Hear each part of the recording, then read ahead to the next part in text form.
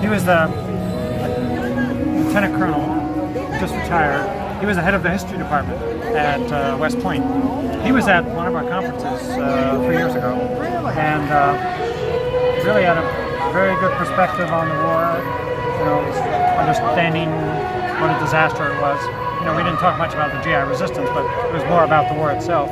You know, this young major from Fort Leavenworth, he's doing a lot of writing now, and published it. He's got his own blog and all, and I mean, he is challenging U.S. imperialism everywhere, and he's still on active duty. What's his name? And I'll look it up in just a little while, but I think he would really... Yeah, I'd like to get his name, because there's, you know, this guy, Nathan Smith, who's a captain.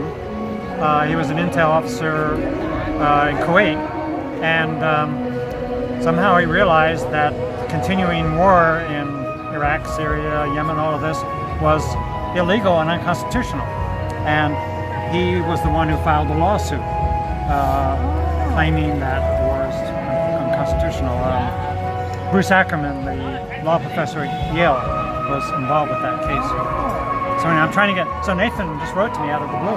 He wants to come to the conference. Wonderful. So yeah. So anyway, it's I think it's one by one, picking them off. Yeah. I find in the military today, because Notre Dame has a large ROTC program, so we have dialogue with the military quite a bit. And by and large, first of all, they accept me. They know. It used to be in the old days, I think, I better not tell them who I really am, you know. But they all know, and they think it's fine, and they think, you know, opposing the war was perfectly legitimate, and I think that a lot of them recognize that these wars that are going on now are, why are we doing this? Yeah. You know, the military is not the instrument for getting rid of terrorism. I think we'll beat the bushes, so to speak, to get some active duty that we know in various parts of the country to come to this. Yeah. And do you know the story how, like, Soldiers in Revolt got republished? No.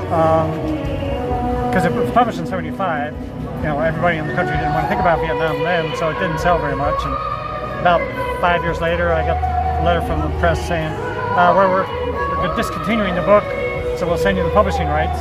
So it sat in a folder somewhere. And then Haymarket Books contacted me when the Iraq War began and asked if I would republish it.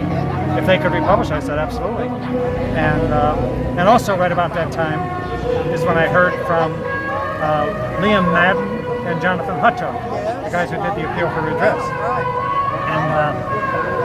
And I forget which one of them called me, but is this David Cortright? I said, yeah. Did you write this book, Soldiers in Revolt? I said, yes. Well, we've been reading it on the Roosevelt in the Gulf. Wow. And we'd like you to, they were back in Norfolk, and we'd like you to come down and talk to us. Oh, wow.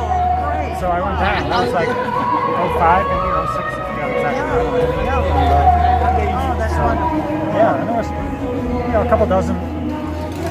There were like, they had a public meeting at the YWCA or something. There were a fair number of people there, and then about 2 dozen of them went to somebody's house and they had a kind of a rap session into the night about it. That's wonderful. That's when they hatched the idea of the appeal for redress. That's right. Well, your conference has the same name as a book that I wrote called Dissent Voices of Conscience. Right. Yeah. So it's when I saw that, it was like, oh yeah, I like that. Yeah. Well, Jonathan is still quite active in the D.C. area. Sure. And Liam, I haven't heard from him in a long time. Yeah, he's up in Karen is my wife's on Facebook with him. He's sort of a conspiracy theorist, par excellence, or whatever you call it, to the extreme. To the extreme, well, yes. But yeah, so he hasn't been active, but like I said, Jonathan's very involved. He was with Veterans for Peace, working on that. The Islamophobia project. Driscoll helped organize for a while. Well, they've all been now that it's called About Face. I guess the Iraq veterans against the war renaming themselves. They had a great workshop at Freedom School in North Carolina last year. Yeah. It was like, man, I wish I'd gone to that one. That was just to go Maggie's to coming that. to the conference. Oh, good. And Jonathan, Jose Vasquez, and a few others, and trying to get Kelly Doherty to come. Yeah. So, Well, that'd be great. so I do think, to keep the generations going, and then if Nathan Smith comes, then it's even One step. kind of one step beyond. Very current issues. And if you continue this major guy. Yes, we'll get the Major Dan involved in it. And there was a colonel, maybe a lieutenant colonel, that I was in touch with for a while. He's retired. He was, again, very outspoken, on active duty. Well, and another person that might be interested would be Larry Wilkerson. Yeah. When Hutto was active duty, when we were doing the appeal for redress, he wrote an article in Navy Times. Well, of course, he's a professional journalist, so I know exactly what to write and, for them. And so it was like amazing, And Well, he even told his CO what he was going to do and showed him the text. So I guess we can't stop you. So go ahead. Well, and it's surprising what Stars and Stripes publishes all around the world. Some of the protests that we've had in Okinawa, Jeju Island, at Creech drone base, Stars and Stripes has picked it up. So it's always worth getting in touch with them when we have delegations that are going over to some of these places to see if somebody will What does it mean to you being back here in My Lai?